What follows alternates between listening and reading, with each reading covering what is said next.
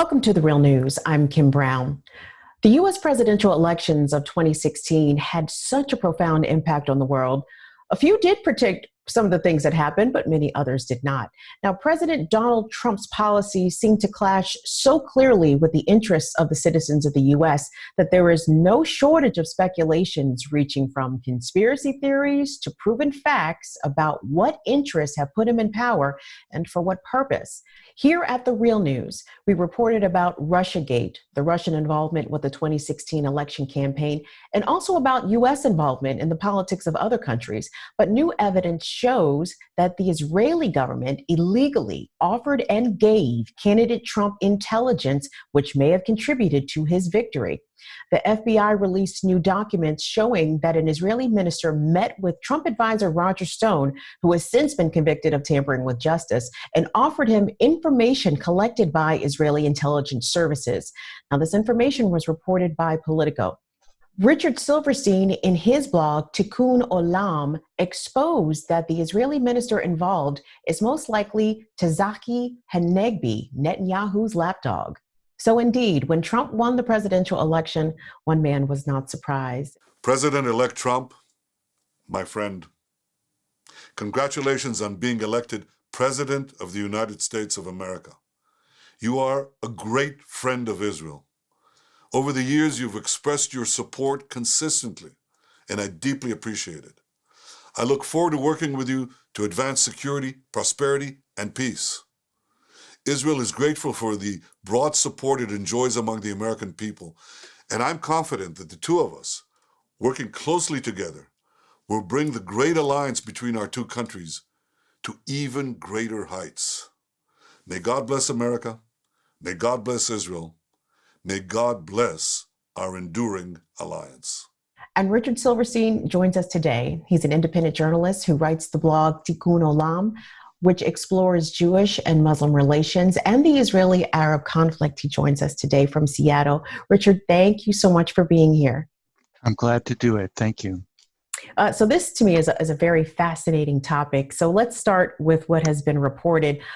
In your opinion, tell us who is Tzaki Hanegbi and what made you think that he was the unnamed minister from the FBI report? Well, the FBI documents have redacted the name of this contact, but Israeli media have taken sort of the breadcrumbs in the FBI document and figured out, based on what they said about this person, that it was indeed Tzaki Hanegbi, who is a longtime Likud apparatchik who's sort of risen in the ranks over years to be one of Netanyahu's closest political confidants. And at the time, he was a minister without portfolio, specializing in military and foreign affairs, which made him a perfect intermediary in this situation with Roger Stone, because during this period, which was a couple of months before the 2016 election, Hanegbi made regular visits to the United States, and many of those visits were designed to try to create this meeting with Trump through Roger Stone. And in the documents, Hanegbi is portrayed as telling Stone that it looks like Trump's candidacy is doomed, but that he needs an October surprise to pull things out, and that Israel has just the ticket for him.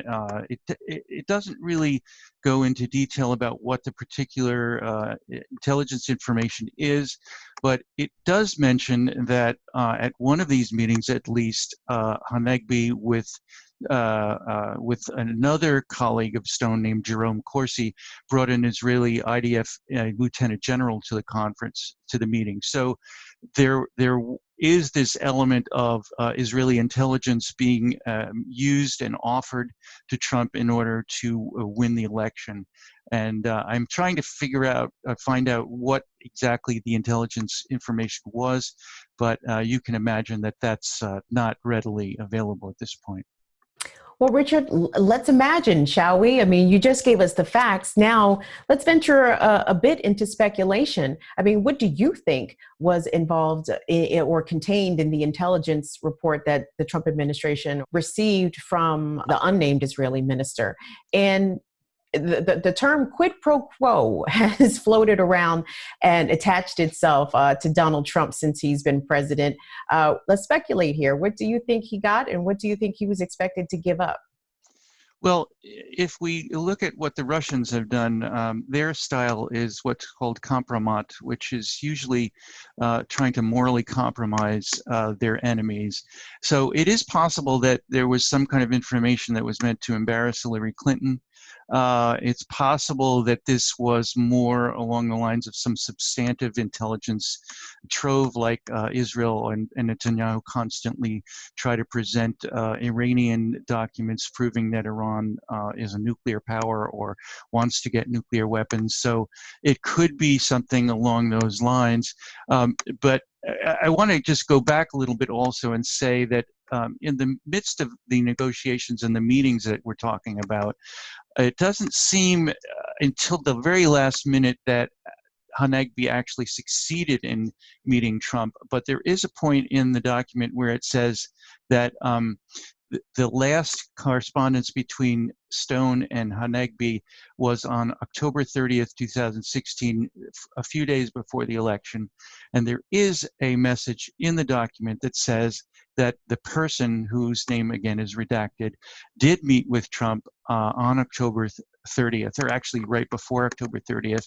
That would mean if this was Hanegbi, that he did actually have the meeting with Trump. And if he did have this meeting, he did transfer the intelligence information. So that really makes this conspiracy with a lot of substance to it, rather than just a conspiracy in which they intended to sabotage the election, but didn't necessarily do it. Now, in terms of your mention of quid pro quos, there's so many possible quid pro quos here. As you know, as your viewers know, Trump has created this deal of the century with his son-in-law, Jared Kushner. It basically presents on a silver platter everything Israel has ever wanted in a peace agreement, and deprives the Palestinians of anything that they've ever wanted. So that would be one possible way in which he would repay this Israeli gift to him. And Trump also abrogated the nuclear accord with the Iranians and the European powers. So Netanyahu for years has wanted to destroy the nuclear agreement with Iran, and has this narrative that Iran is one of the great Satans of world nations, and an enemy to U.S. interests and to Israel. So those are two plum gifts that Trump could be giving back to Netanyahu if this intelligence was transferred. Richard, in the United States, it's illegal for candidates to accept help from a foreign country. But in Israel, the law is a little different. Donald Trump and Benjamin Netanyahu have this mutually fawning relationship. Trump supported, I believe now, 3 presidential campaigns of Netanyahu since 2019. Talk to us about how these two men know each other. You know, the nature of their relationship seems not necessarily transparent, though it appears outwardly that they do like each other quite a bit, and they have a lot of overlapping things as it relates to personality and policy. But how did this relationship get forged initially?